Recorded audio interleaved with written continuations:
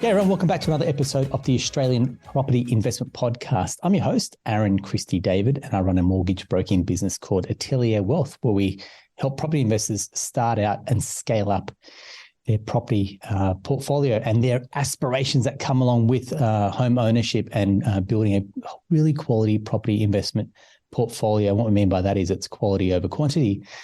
The goal behind each and every episode is to bring on someone that you may not get always access to, or you may do a little bit of brain damage by Google searching and trying to sift your way through a number of professionals. So what we want to do is kind of let that cream rise to the top and have a chat to the people who are at the top of their game and best in breed. And today we're really, really fortunate to have Kylie Sultana from Creo Wealth join us. G'day, Kylie. How you doing? I'm very well. Thank you very much for having me. It's a beautiful day. Isn't it? Sun's out. Hopefully with a little bit of rain. And speaking of sun's out, I'm going to start by saying you've had plenty of sun recently enjoying a holiday. Do you want to, should we start there and talk about your recent travel as we get Sure. introduce yourself? Oh, I could talk about travel all day. Yes, we have just come back from a beautiful holiday and we went to Cuba and Mexico. Yeah. So hubby and I celebrated our 25th wedding anniversary. So we thought that was something to celebrate. It is definitely something to celebrate. What a nice holiday. Definitely. Yes, thank you. And it was incredible. Absolutely incredible. So, yeah. Well done. Congrats. 25 years in marriage. I'm sure you'll learn a lot. And I know that you've broken the rule as well as we have. Family and business overlap. Yes. They say don't do that. They say don't work with animals and children, but also they should include partners. But no, we're making it work. Yes, we make it work. And look, it's a quality yin-yang relationship. I mean, I look at your experience. We'll touch on your experience for a while. So you've obviously had big corporate experience. Take that and bottle that essence and you put it into a small business, and there's a certain magic that happens, I guess, with family owned and operated businesses. There, while there might be what I call healthy friction, there's also, hey, let's just get on with life, and we both got very, very much skin in the game to see this business work and thrive and grow, right? Absolutely, yeah. I didn't ever think I would work with hubby. It's been 8 years since I came into the business, it's working really well because he is really good at what he does, at the financial planning with the numbers and the client facing stuff. But I work better behind the scenes, keeping him organised and doing all of that sort of stuff, the customer care. And now that the team's growing, so I'm taking care of them as well. So, we do different things, but we really make it work. That's it, isn't it? Stay in your lane or your zone of genius and don't overlap. Yes. I think that's where a successful, any type of relationship, right? You stay in your lane, you do what you do best, and let me do what I do best as well. Exactly. So take us through, I guess, Creo Wealth's journey, now turning 8, for example. What does that journey look like? Yes. And who are you ideally working and serving? Yeah, so we did start 8 years ago. So husband Anthony was actually an employed planner with a company called Clearview. Yeah. He's been with them for our older son was a baby, so he's 23 now. So it was a long time he's been working with them. And then they changed their business model and they were trying to get all of the employed planners to go to self-employed. Right.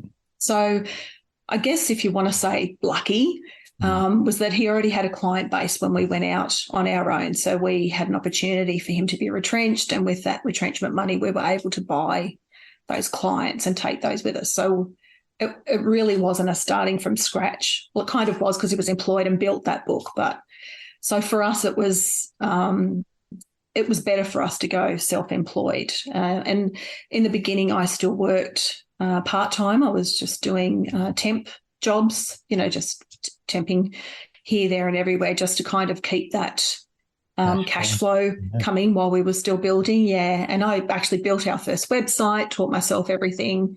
So mother of all inventions. we've come a long way. Yeah. I mean, but I really enjoy all of that sort of stuff. So as you were saying, stay in your lane. I enjoy the creative stuff. So that's where I really kind of thrive doing that. So we started Creo Wealth, and I came in probably about 6 or 7 years ago. Yeah, and it's just now that we've really decided that we want to grow that, and I guess we're going to talk into goals and things like that. So it's we kind of sat down and said, okay, what do we want for this business? Where do we want it to go?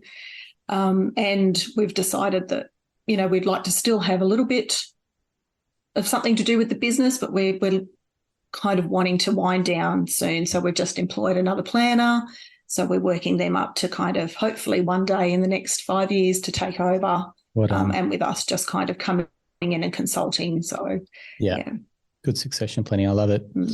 I love it. I mean, succession planning is obviously what you do for your clients, really, right? So I think it's living and breathing yourselves, and I guess the centerpiece of that. Absolutely. It's kind of like you can't really say to your clients, you need to plan for your financial future and do all of this stuff if we're not actually doing it ourselves. So we are actually very big on, living and breathing what we do. And it's not just say as I do, it's do as I do kind of thing. So, that's really important to us. There's so much more empathy when you're in the trenches with what your clients are going through, and you're like, absolutely next, and we're absolutely, yeah, beautiful. As part of your role with financial planning, and there's households that get on board, and they go, I see the value in this, for example, and you probably have other clients where maybe has spent a little bit more time nurturing, or they can't exactly see the value because it's really hard to articulate the value because it's trust me now, believe me later type scenario where I get the results. So how does that how does that interaction work? And obviously you don't want to, it's not selling anyone, that you want them to be willing participants, but how do you take them on that journey, for example, Kylie? Yeah, so it's really good that you mentioned that, because it is actually very hard to get somebody to see that value of financial advice. And it's not until they actually come on board and then they see what we do. So it is really hard in the beginning to sort of articulate how we do that. So we approach it from building relationships, and we obviously don't want to do business with people if they're not comfortable and if they don't understand anything that we're talking about. So we have a duty to our clients to make sure that they understand all of the advice that we're giving them and anything we're talking about. So if we have any doubt that they're not fully understanding anything, then we have an obligation to say to them, look, we can't go any further. We really need to make sure that you understand everything that we're discussing with you. We get a lot of people coming in saying that they want to do something just because the next door neighbours told them, or some family members told them that it's good for them. That's what they've done and it's worked for them. So they come in and say, I want to do this. I want to invest in this. Or Bitcoin as an example, everybody wanted, I want to invest in Bitcoin. And it was like, why? It's why, what's your why? So we try and build that relationship with them and understand their why they want to do that. And then we just kind of build on that and then show them along the way how we can get them to that why, how they can achieve that. So we really approach it from building relationships with people rather than, this is how much money we can make off getting this client on board. It's like, well, how can we help them? How can we build this relationship? So we also look to the future as well. So somebody comes in, and especially with Anthony, he's been doing this for so long, he can tell, if they're at a certain age, if it's in a few years, there's possibly something he can do with their superannuation structure to help them save tax or minimise tax in a few years. So that's kind of where we try and build that relationship and get to know them, and we can sort of tell them, this is what we can do in a few years. So if we come on and we get this strategy in place now, we'll be in a perfect position to be able to put this strategy in place in a few years' time that's going to boost your super or your savings by this much. So but it's all about relationships. Well said. Perfect. I guess a big part of that is financial literacy. And again, it goes back to people that are more well-versed or more confident in it. Financial literacy, I think, is something that's come up a little bit more, and I call it the Barefoot Effect. Look, like him or loathe him. And before we do continue, I just want to stress that this conversation that we're having is general in nature and not intended to give advice. So if you do need advice, please seek out a professional as well. But just going back to Barefoot. So Scott Pate, for example, I feel like really put the ability to talk about money or finances on the table as a couple or as a family. So I think there's a huge amount of credit due there. Obviously, it can be a little bit polarizing for some people, or some of the truths that people live by. And you're like, well, hang on, it's not a one-size-fits-all model as well. So have you kind of had those type of conversations flow on from the Barefoot Effect? How does that then translate to what you're doing in a day-to-day basis as well? That's really interesting. So I think anybody that gets people talking about their money and their finances, and especially their superannuation, because people see this as the hidden money that they don't really understand. So we're all about education on that. So if he's got people looking at their super and what it's doing, then I'm all for it, because the more people that understand it and how it is a tax structure, then I love it. Yeah. So it means when they come to us, they understand a little bit about it. So then it's not so hard to get them to understand the value of advice. But we do have people come to us that have read the Barefoot Investor. And look, it's given them a good grounding. It's given them a good start. It's kind of, we don't have to start from scratch, I guess you could say. Yeah. But I mean, there's been nothing detrimental from anybody reading the Barefoot Investor. I mean, I've read it. I advocate for his date nights, dollar date nights, we call them. I'm all for that in couples. I just think, I do like him, but I have seen in some forums, they still call them forums now, I'm showing my age. There's a lot of senior advisors that don't really like him, but I think in this day and age now, with everything that's coming, especially AI now, you just need to move with the times and, take it for what it is, and it's education. So I'm all for it. I love it. Excellent. I think you just touched on something before as well, which is around the money mindset or the money story that people have been led. I won't say fed, I'd say led, because parents, I think we have a huge responsibility around how we have that relationship with money, for example, or I guess some of those just those sayings that you may grow up with, like rent money is dead money, for example. Well, hang on, rent actually gets you to a certain point in life where you're single and you want to live out, closer to the city with a few friends, or you're a young couple and maybe not in the market yet. So there's some of those truths that come out, or money doesn't grow on trees. And I think we've all probably heard that from our parents, and I'll probably say it at some point as well when my girls get older. Yes, we've definitely said that. Yes. I think too, because we've moved from the old, well, I know when I first started working, I got my pay in a little envelope. So it was physical cash that you can see, and then as children are growing up now, they just see mum and dad with a card, and they just don't see that whole exchange of, the cash and going into the bank and doing all of that sort of stuff. So, I mean, our children, when they were little, just give me the credit card, mum. And it's like, hang on a minute. It's a whole conversation of having. So, and yet money stories, I love talking about money stories, because myself, I grew up in housing commission with my aunt. So, and out at Claymore in western suburbs of Sydney. So I have a very different money story to a lot of people. Well, everybody has a different money story, but very different to my husband, I should say. So he came from a hardworking immigrant family, whereas my family just relied on all government benefits, and it was take whatever you can get, why should we work kind of mentality. And I had no father figures. There was no kind of role models, but, you kind of need to look at role models in the family now as well. So was money solely the father's domain? The mum kind of stayed at home and cooked and cleaned, and she just had a little job to keep her occupied, but still looked after the kids. But things are changing now. So, money stories, if you can get in touch with that, and it can be emotional for some people, but if you can kind of look at that sort of outside yourself and look in and say, maybe that's why I'm like I am with money. And then you can see your trigger points, and then that can help you with your frivolous spending, or why you save so much, or why you don't like investing, why you don't want to buy a home. Or so if you kind of get in touch with that and just look at how you were brought up with money, the things that were said, it can be really empowering. And I know for myself, it has been so, and it's really helped our relationship as well. So, we did have some problems at the start there, because I was in a lot of debt when we met. I managed to pay that off, but it kind of flowed through when we first got married. I was still, spending a lot of money, and kind of Anthony couldn't understand that, because he'd always been taught to save. And in fact, he actually already had a home when we met, so he was renting that out. So so it was really hard for him to understand when he'd come from this really tight-knit little family unit, and I came from like government housing and just take everything from the government that you can get. So it was hard, but yeah, I really had to sit down and look at, how I grew up with money and how it was affecting my behaviour. And yeah, so it's helped. So personally, yes, it's very empowering, and I've seen it happen for other people as well.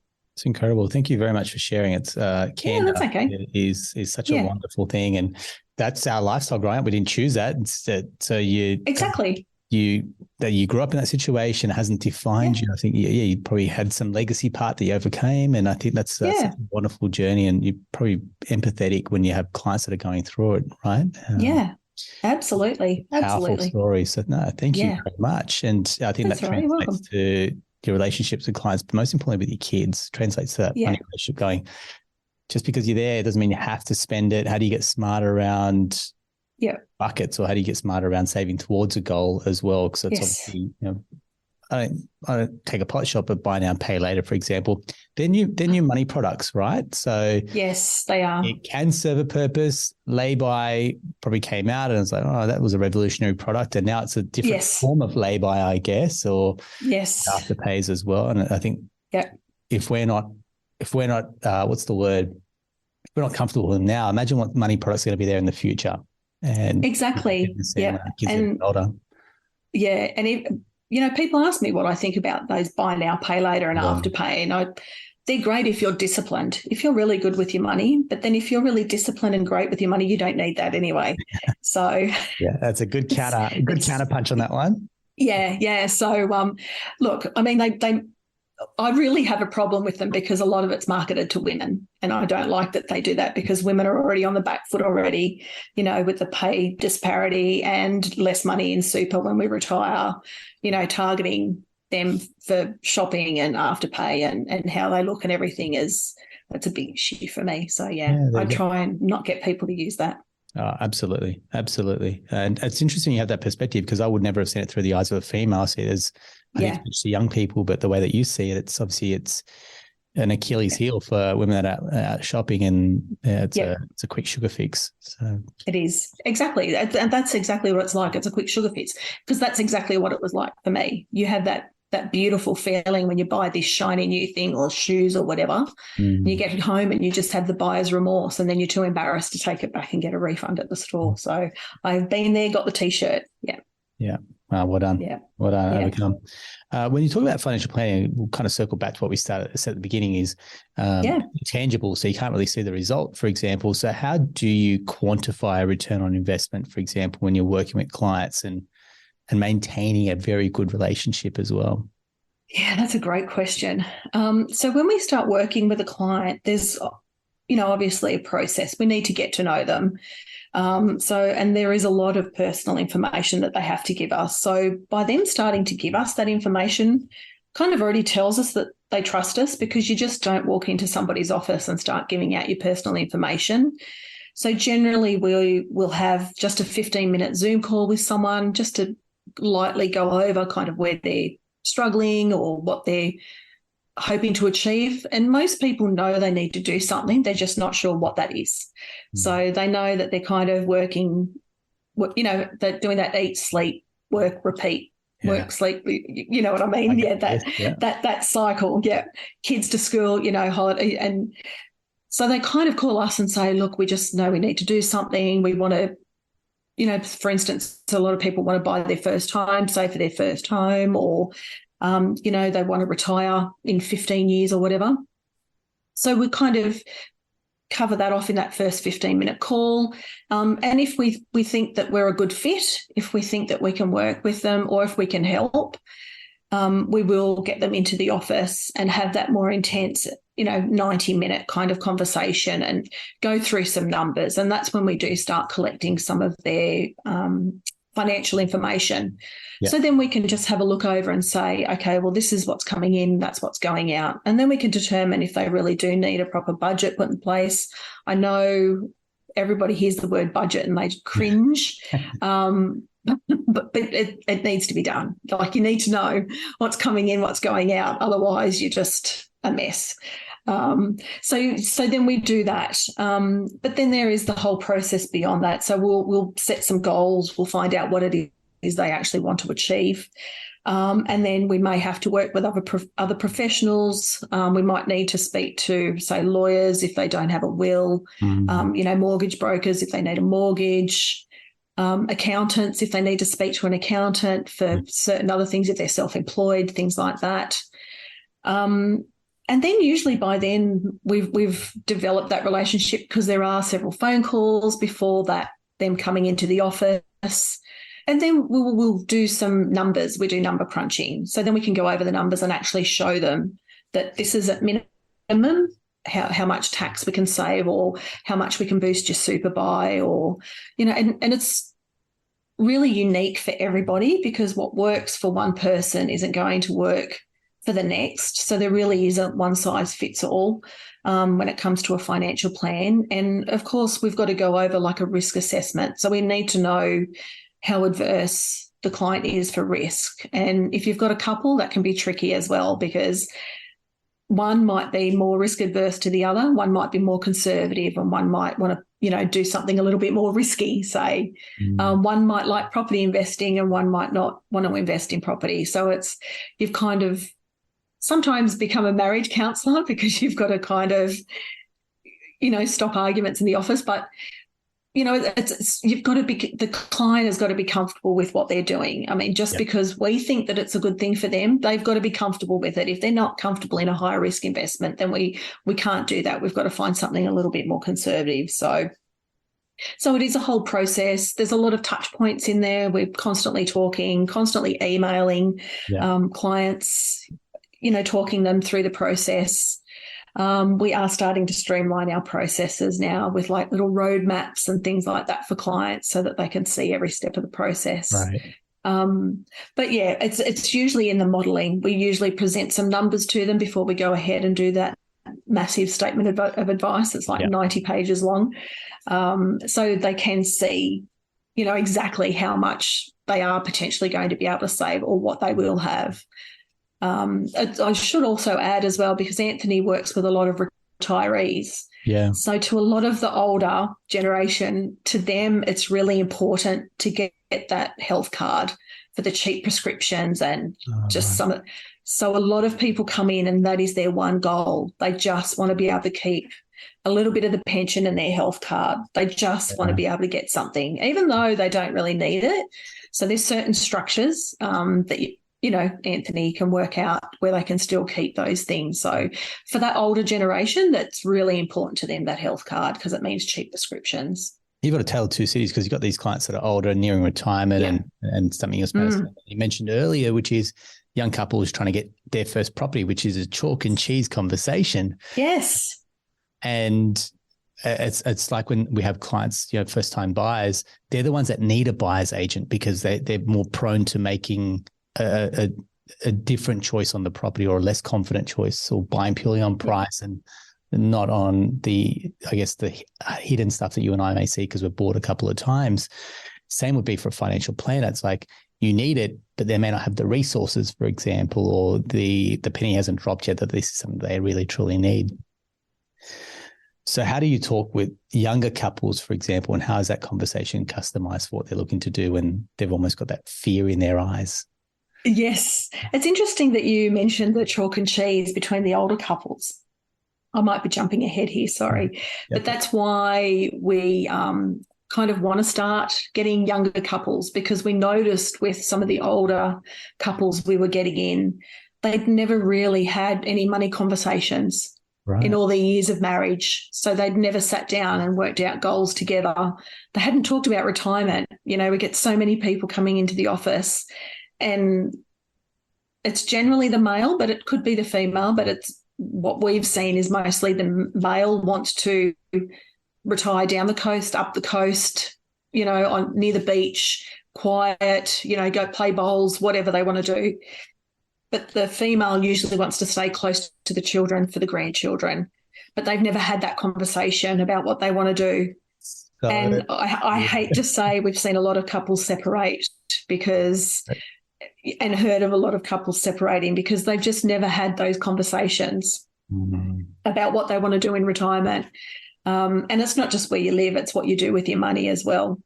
So we thought, well, how can we stop this? And we thought, well, hang on a minute, let's get them early. Let's get them early and get them starting to talk about what they want to achieve separately and together, so that they've got like a game plan. They're on the same wavelength, so that they know kind of where they're both heading. So if we can just get the conversation started and get them sitting down, and that's why we mentioned before, Scott Pape has these dollar or date night, whatever he calls it. It's like, yes, please start talking about money. And because we never did either, as I mentioned, I had issues with money when we first got married. And we'd be so much further ahead if we kind of did that early on in the piece. So, from experience and from what we've seen, it's yes, please, let's start getting these people earlier, so that we can encourage them that, when you start now, it's less you'll have to do later on. You might be able to retire 10 years earlier if that's the case. Well said. Yeah, well, I guess we say in our interactions, it's you can't build a house with two different blueprints. So when you have a couple and he says, she says, for example, it's like you can't have two different directions. We've got to agree on a set of direction. And same thing about your financial future. What you've said there about couples separating because they can't agree. I'm like, that conversation, openly talking about money, it was considered rude almost to talk about it. And I guess there are the roles that traditionally mum was caretaker, dad was at home, and then the mum's got the house but hasn't got much in the way of savings or cash for retirement. And that kind of hits them hard, I guess, later in life. So exactly. Daughters have seen that. We're seeing a lot more females buy property, buy investment properties, for example, and really get that money confidence back in, which I think is fantastic for you. It is fantastic. Well. Love it. Yeah, perfect. Now you've kind of bottled this up and put this into a course. So take me through how does the course work? Who is it for, and what type of learning outcomes do people going through your course kind of pick up along the way? Yeah. So it came from purely that.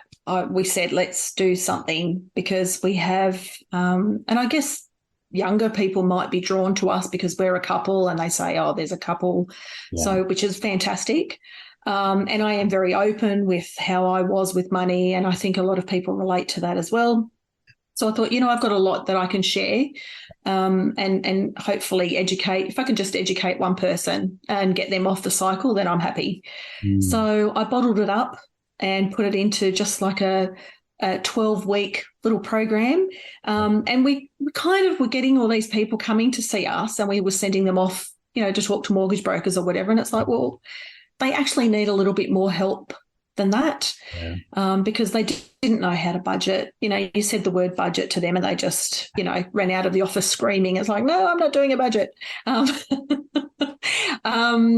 So, and they didn't understand their super. They just didn't understand investing in general, compounding interest. I don't think they teach that at school, but I really wish it was taught at school.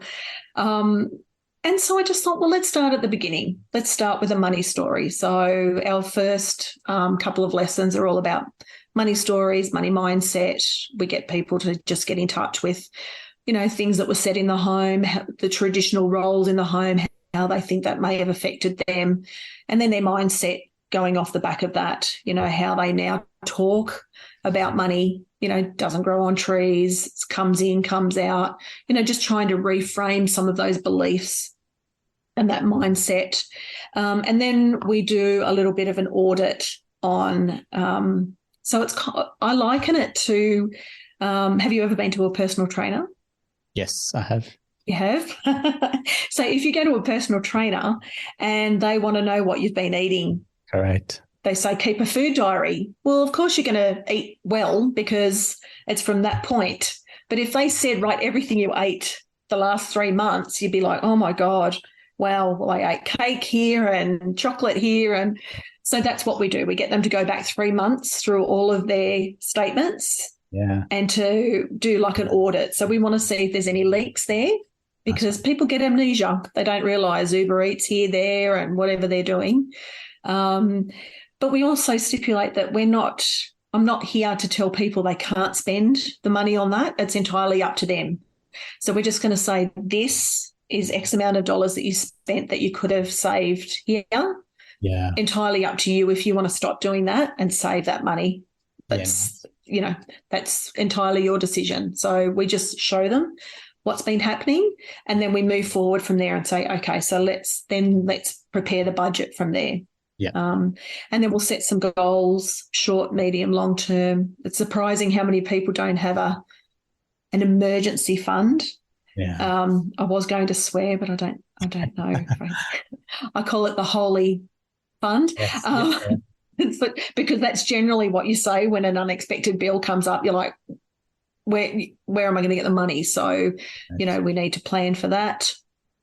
So we do some goal setting, and then we go through some education, just educating on superannuation. We also get them to do a little audit on their super. We get them to ring up their fund or get their login details, make sure they've got things like beneficiaries nominated, because holy moly, it's not pretty if you've got nothing nominated there. Get them to understand what they're invested in, just their insurances, if they've got insurances in super, help them understand that. So if they're invested, making sure that their employer is paying their contributions. You see it on your pay slip, but is your employer actually paying the contributions into your fund? So we want to make sure that's happening. So we're going to get them to do all those sort of things. Yeah. And insurance is, again, education. So it's all education. There is no personal advice. Yeah. So it's all education, and it is to try and help people just start a conversation around money and to get themselves up to speed with their money, especially superannuation, because that is your money. That is your money. So, you've got to know what it is, where it's invested, and what it's doing for you.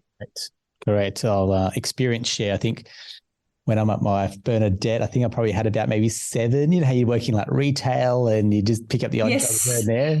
Yes. I probably had about 7 or 8 super accounts, and put a foot down. I'm not marrying you till you sort this all out. And so I got my buddy to love that. but yeah, it happens when you're like young and carefree and you're working different jobs, and it's like fees at the wazoo here, it's leaking out here, and it's like I don't even have the access to find out where what my username is, and it was a real mess. But I'm glad that's all fixed up. But I think it's the same thing, right? It's you don't really see it; it's a little bit out of sight, out of mind, and you're like, well, hang on. That's it. If you can get this sorted out early and go into the right account, and again, you're saying compound, and I think we just had, believe it or not, we had a parent-teacher interview for our 4-year-old, and our numbers, and what they're saying is, well, they don't understand the importance of it because there's no real life context for them. So if you pull out 5 plates, for example, and they can count to 5, and it's like the same would apply to what you mentioned about compound interest in school. It has no context or relevance because you're like, doesn't matter to the real world. But if you can put that into a real life example around, you've got money, therefore it compounds, and interest over time, your funds go up. That may be a penny drop moment for some younger people as well, which I think we're all advocating for more financial education as part of the curriculum. It's like, well, how do we tie that into the real world? And again, as parents, we can live and breathe that. We can talk about our debt, for example. We can talk about credit cards, what that means, good money management. And you went on your holiday. Some people put that on the credit card. It's like, well, that's become a very expensive holiday, as opposed to my parents said, we don't travel unless we've got the money to travel. And that's how we've been brought up. Exactly. Not that it's right or wrong. It's just that was our experience. So I think that will then shape to our very first point, which will shape how you see life. And our experience was we never talked about money. I never knew how much my parents' mortgage was or how much debt they had or anything. Whereas my wife's family, it was so uncomfortable the first few times, and they're opening their entire bank accounts and talking about it. I was like, should I be part of this conversation? And like, yeah, very much. And they talked about it very openly. And I thought that was, they didn't fear money or debt, for example, as well. And kind of we have very different money relationships. Yeah. So obviously to them, it was just a vehicle to get them to where they wanted to go to, which is, if you can do that, that's because that's really all it is. Yeah. Yeah, perfect. Hey, Kylie, what I'd love to do is for a couple of our clients or listeners would probably include 1 or 2 courses to give away, which I think would be fantastic, and share that as well, which I think would be really beneficial for the community of listeners that we've got. And the other part is if anyone wants to reach out, check out Creo Wealth. We'll include your socials, we'll include your website and details to reach out. And again, we say to anyone as part of your journey, when you're looking to build your dream team, you want to find people who are aligned to you, people that you resonate with as well. So do your research, do your due diligence. What we want to do with our podcast is bring in people that we know that are walking the straight and narrow with their business and also the way they're treating their clients. And this is an opportunity to get access to people that we feel are living and breathing that as well. So Kylie, I want to say thank you very much for your time and thanks for sharing your insights and your knowledge and your story. You're so welcome. Thank you so much for having me. Pleasure. That's a wrap for another episode of the Australian Property Investment Podcast. If you've got any questions, drop us a line. If you want to give us a review, even better. And until next time, take care.